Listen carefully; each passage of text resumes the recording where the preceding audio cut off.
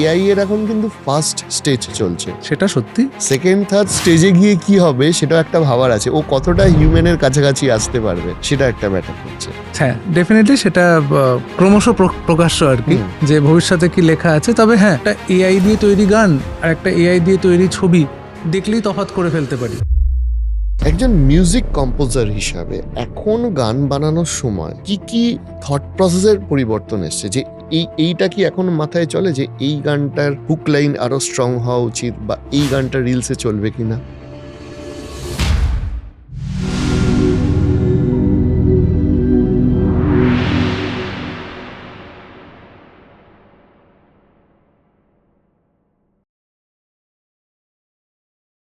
আগামী 6 মাসে কি কি গান পেতে চলেছে সেটা নিয়ে শুরু হোক, তারপর আড্ডাটা চলবে।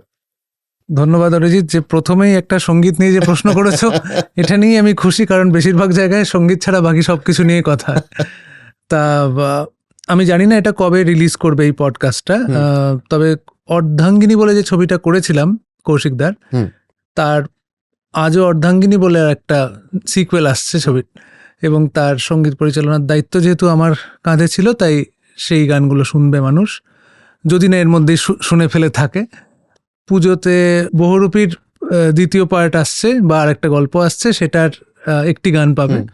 এছাড়া সুমন ঘোষের পরিচালিত একটি ছবি ফ্যামিলিওয়ালা বলে, তাতে 2টো গান থাকবে আমার। এগুলো তো আগামী 6 মাসের প্রকল্প বললাম, কিন্তু গত 6 মাস ধরে যেটা করছি এবং এই পুজোয় আমি যেটা আনতে চলেছি সেটা আমার নতুন অ্যালবাম। এটা নন ফিল্ম গান, ব্যথা নেই অ্যালবামের নাম, এবং মানুষ ইতিমধ্যে 4-5টা গান শুনেছে, আরও ফাইনাল গানগুলো শোনা বাকি আছে। এটা নিয়ে আমি সবচেয়ে বেশি এক্সাইটেড অবভিয়াসলি, কারণ অ্যালবাম করার মধ্যে যে মজা আর কি। চেষ্টা করছি এখনো, যদি মানুষ শোনে নতুন অ্যালবাম, কতটা আগ্রহ দেখা যাক পুজোয় নতুন বাংলা গান। অ্যালবামটা কি অডিও বেসড পাবলিশ হবে নাকি ওখানে ভিডিও কিছু থাকছে? না, ভিডিওর সঙ্গে অডিও, আর অডিও তো আলাদা করে মুক্তি পাচ্ছে, কিন্তু চেষ্টা করেছি প্রায় প্রতিটা গানের সঙ্গে একটা কিছু ভিডিও রূপ দেওয়ার আর কি। বেসিক্যালি অ্যালবামে কি ভালো লাগে দাদা, আমি বলছি যে অ্যালবামের মিউজিকগুলো না ওই অ্যাবস্ট্রাক্ট আর্টের মতো।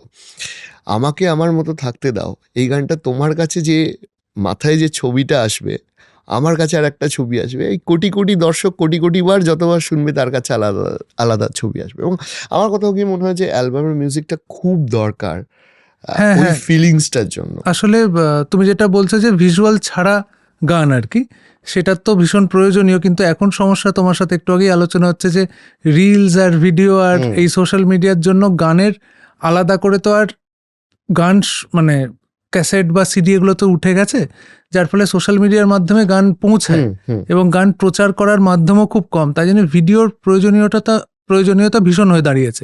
কিন্তু তোমার সাথে আমিও একমত যে ওই যে ভিডিওটা মানুষ দেখছে ওটাই শেষ ভিজুয়াল নয়, ওই ভিজুয়ালটা চলে যাবে, মানুষের মধ্যে যদি গানটা থেকে যায়, সে তারপর নিজে কল্পনা করে করে আরো 1000টা ভিজুয়াল সে বানাবে। আমি এখানে একটা কথা বলছি যে ধরো যখন তোমার মানে আমাকে আমার মতো থাকতে দাও, ওটা কি তোমার প্রথম ফিল্মের মিউজিক ছিল না তার আগেও?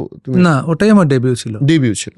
ফাটাফাটি ডেবিউ, মানে বৈভব সূর্যবংশীর আগে তোমার ফাটাফাটি ডেবিউ বাংলা ইন্ডাস্ট্রি দেখেছে। যাই হোক, হোয়াট এভার, জোকস অ্যাপার্ট, আমি বলছি যে ওই সময় যখন ধরো গান তোমরা তৈরি করছিলে, তখন একটা গান বানানোর সময় গানের লিরিক্স বা সুর এগুলোর সাথে সাথে মিউজিশিয়ানদের রেকর্ডিংয়ে একটা পার্ট থাকতো, যে আমি কতগুলো আমার লাইভ মিউজিক রেকর্ড করছি, বা ইন্টারলিউড প্রিলিউড একটা। অনেক সময় আমি শিওর যে মিউজিশিয়ানরা তোমার কাছেও এসে দাবি করেছে, দাদা আর 8টা বার এক্সট্রা দাও, আমার একটু এই পার্টটা বাজাতে চাই। সেই জায়গা থেকে আজকে 30 সেকেন্ডের রিল। একজন মিউজিক কম্পোজার হিসাবে এখন গান বানানোর সময় কি কি থট প্রসেসের পরিবর্তন এসছে, যে এইটা কি এখন মাথায় চলে যে এই গানটার হুক লাইন আরো স্ট্রং হওয়া উচিত, বা এই গানটা রিলসে চলবে কিনা? সত্যি কথা বলতে নিজেকে এখনো ওরম ভাবে পাল্টে ফেলতে পারিনি। এখনো আমি প্রাচীনপন্থী আছি হয়তো, যে আমি গানটা তো একটা ভাবনা, সেটা কথা বা সুর আর সঙ্গীতের মধ্যে দিয়ে প্রকাশ পাচ্ছে, সেটার একটা দৈর্ঘ্য আছে, সেইটা কিভাবে সাজাবো সেটা আমি কিন্তু আমার মিডিয়াম ছাড়াই আমি ভাবি, মানে রিলে যাচ্ছে না, ইউটিউবে যাচ্ছে না, কোথায় যাচ্ছে, এটা ছাড়াই ভাবি যে এই গানটা, কারণ আমরা তো মানে আমি যেভাবে গান শুনি আর কি, আমি যখন গান শুনি আমি কান দিয়ে শুনছি, শ্রবণ করছি গানটা এবং সেটা আত্মস্থ হচ্ছে। হুম, তা আমি ভাবি যে আমার শ্রোতা যখন শুনছে আমার এই গানটা যখন, সেও যেন সেভাবে শোনে এবং তার এই যে গোটা চিত্রটা গানের আর কি, একটা ইন্ট্রো থাকছে, হুম। তারপর একটা লিরিক থাকছে, তারপর আবার একটা মিউজিক আসছে, আবার অন্তরা হচ্ছে বা কোরাস হচ্ছে, কিছু হচ্ছে করে এই যে গোটা জিনিসটা আমি দেওয়ার চেষ্টা করি এবং গোটা জিনিসটাকে সাজানোর চেষ্টা করি। আমি এখনো ইন্টারলিউড প্রিলিউড নিয়ে সমানভাবেই ভাবি এবং আমি কখনোই একটা চমৎকার 30 সেকেন্ডের হুক বানাতে হবে হুম। এরকম ভাবে ভাবি না এখনো। হুম। জানি না ভবিষ্যতে কি লেখা আছে, কিন্তু আপাতত এখন অবধি ভাবিনি। কম্পোজিশনের ক্ষেত্রে আরেকটা জিনিস আসছে, সেটা হচ্ছে যে মানে আমি তোমার মতটা জানবো যে মিউজিকের ক্ষেত্রে আগে একজন মিউজিশিয়ান বা একজন ভোকালিস্টের ক্রেডিবিলিটি ডিপেন্ড করতো যে সে কতটা রেওয়াজ করছে বা ইত্যাদি, একটা মিউজিক কি পর্যায়ে আসবে। সেটা কিছুটা পরিবর্তন এসে ভিএসটি ইত্যাদি ইত্যাদি এলো, বা আমি বলছি অটোটিউন ইত্যাদি ইত্যাদি হুম, এলো। তার পরবর্তীকালে এখন যেটা লক্ষণীয়, যেটা হয়তো মিউজিক ইন্ডাস্ট্রির জন্য খুব একটা সুখবর নয়, কিন্তু স্টিল আমাদের তো টেকনোলজি নিয়ে চলতে হবে। আর্টিফিশিয়াল ইন্টেলিজেন্সের যে মিউজিক, এইটা মিউজিক ইন্ডাস্ট্রির জন্য কতটা প্রভাব ফেলবে? দেখো, এআই মানুষকে সাহায্য করবে বলেই আসছে, রিপ্লেস করবে বলে আসছে না। এবার সাহায্য তো অনেকেই নিচ্ছে, ইনফ্যাক্ট আমরাও নিই অনেক সময় কোরাস ভয়েস আর এগুলো, যখন যেগুলো অতটাও বোঝা যাচ্ছে না, ক্ল্যারিটি যেখানে প্রয়োজন নেই সেখানে আমরা ব্যবহার করি আর কি। কিন্তু তুমি যে মানে মূল জায়গাটা নেওয়াটা একটু সমস্যার, কারণ আমরা কিন্তু এখনই একটা এআই দিয়ে তৈরি গান আর একটা এআই দিয়ে তৈরি ছবি দেখলেই তফাৎ করে ফেলতে পারি। হুম, এবং এই যে পোস্টার তৈরি হচ্ছে, এত এত পোস্টার আজকাল তৈরি হচ্ছে এবং আমরা কিন্তু মানুষের চোখে আর কি 2 সেকেন্ড লাগে বুঝতে যে এটা এআই না এটা মানুষের কাজ করা। গানের ক্ষেত্রেও তাই হবে। এবার ইন্ডাস্ট্রির ক্ষেত্রে যদি বলো যে কোনো গান হুম। আহ, বিখ্যাত হলো কিনা, সেটা জনপ্রিয় হয়ে গেল কিনা, এরম হতেই পারে, কিন্তু তার মানেই যে সেটা ডিফাইন করছে মিউজিক তা তো নয়।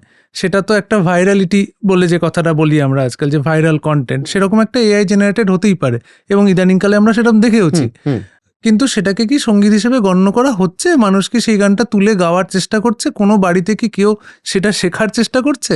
আমার মনে হয় না এখন। না, এখনো না, কিন্তু একটা বিষয় এটাও মাথায় রাখতে হবে যে এআই এর এখন কিন্তু ফার্স্ট স্টেজ চলছে। সেটা সত্যি। সেকেন্ড থার্ড স্টেজে গিয়ে কি হবে সেটাও একটা ভাবার আছে, ও কতটা হিউম্যানের কাছাকাছি আসতে পারবে সেটা একটা ম্যাটার করছে।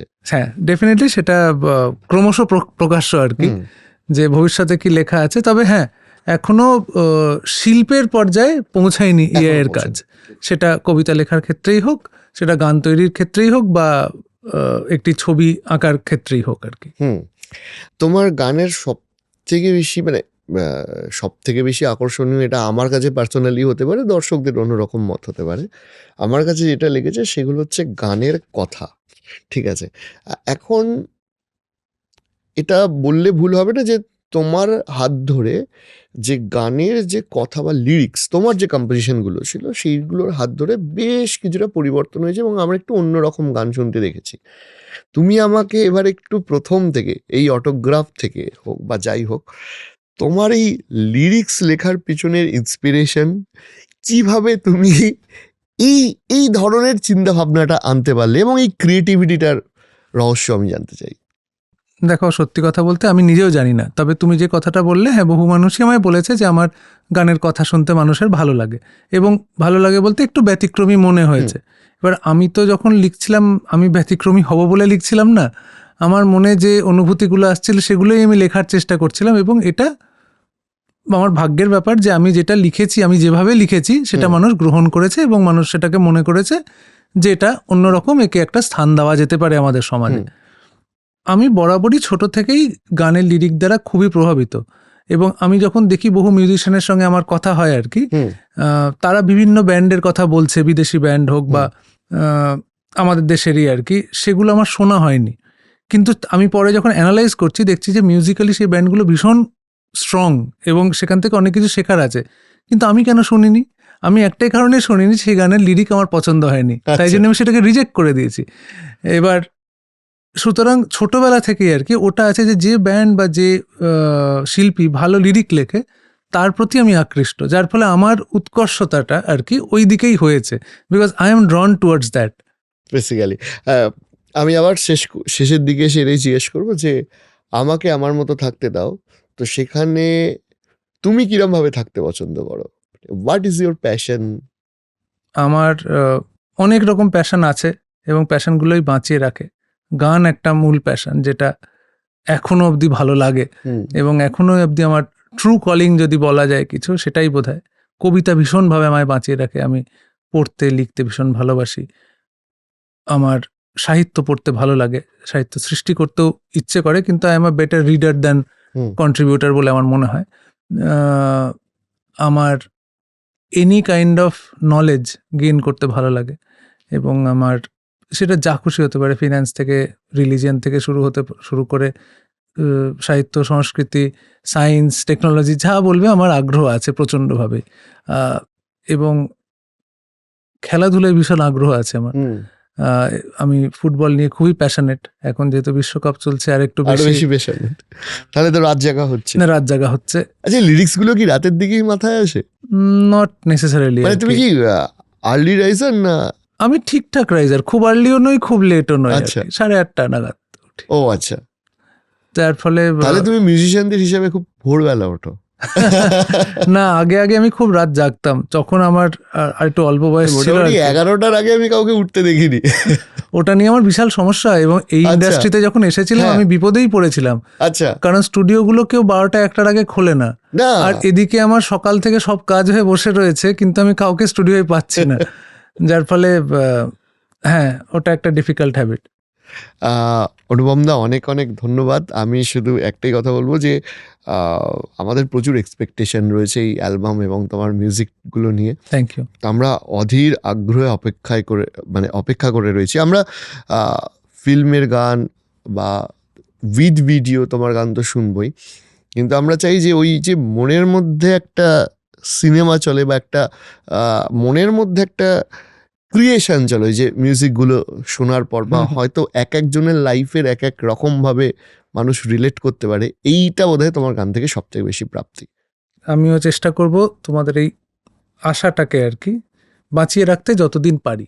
আচ্ছা, এই শেষ হয়ে হইল না শেষ, সেটা হচ্ছে অদ্ভুত কিছু তোমার মেসেজ বা কিছু মনে পড়ছে যেটা দেখে তুমিও চমকে গেছিলে, আরে এটা লোকটা কি বললো গানটা নিয়ে? তুমি সোশ্যাল মিডিয়ার ইনবক্সটা পড়ো? সোশ্যাল মিডিয়ার ইনবক্স কিছু ক্ষেত্রে পড়ি আর কি। রোজ টাইম পাই না। অনেক হয়তো যখন আমি ট্রাভেল করছি, তখন আমার গাড়িতে বসে কিছুই করার নেই, তখন একটু স্ক্রোল করি আর কি। কিন্তু রিসেন্টলি আমি একটি অনুষ্ঠান করতে যাব এবং ঢাকা যাওয়ার কথা আমার। সেখানে বেশ কিছু মেসেজ আমি পাচ্ছি, স্টুডেন্টরা করছে, দাদা পরীক্ষার ঠিক আগে আসছেন, আপনি কিছু করে আমাকে বাড়ি থেকে যেতে দিচ্ছে না, আপনি আপনার ইভেন্টের ডেটটা পিছিয়ে দিন যাতে আমরা পরীক্ষা দিয়ে তারপর দেখতে যেতে পারি। কিন্তু আমি তাদের কি করে বোঝাই যে আমি এটা ডিসাইড করি না, যে অর্গানাইজ করছে তারা ইভেন্টটা করছে। এবং এরকম প্রচুর সংখ্যক মেসেজ আমি পেয়েছি, দেখে আমার খুব ভালো লাগলো যে ইয়াং স্টুডেন্ট, কলেজ স্টুডেন্ট হোক বা স্কুল স্টুডেন্ট হোক, তারা আসতে ইচ্ছুক কনসার্টে। ডেফিনেটলি, মানে এটাই তো প্রাপ্তি। আমার মনে হয় তুমি যেটা শুরুতে বলছিলে যে ওই হাততালি, ওই সাউন্ড, ওই মানুষের ভালোবাসা, ওর থেকে বড় প্রাপ্তি একজন মিউজিশিয়ানের কিছু হতে পারে আর কিছু না। কারণ স্টেজটা না খুব সম্মানের জায়গা। এটা কিন্তু সবাই পায় না, এবং আমরা যারা স্টেজটা পাই এবং স্টেজে যখন আসছি অত মানুষের করতালি, এটা খুব ভাগ্য করে জন্মালে তবে এটা পাওয়া যায়। ডেফিনেটলি।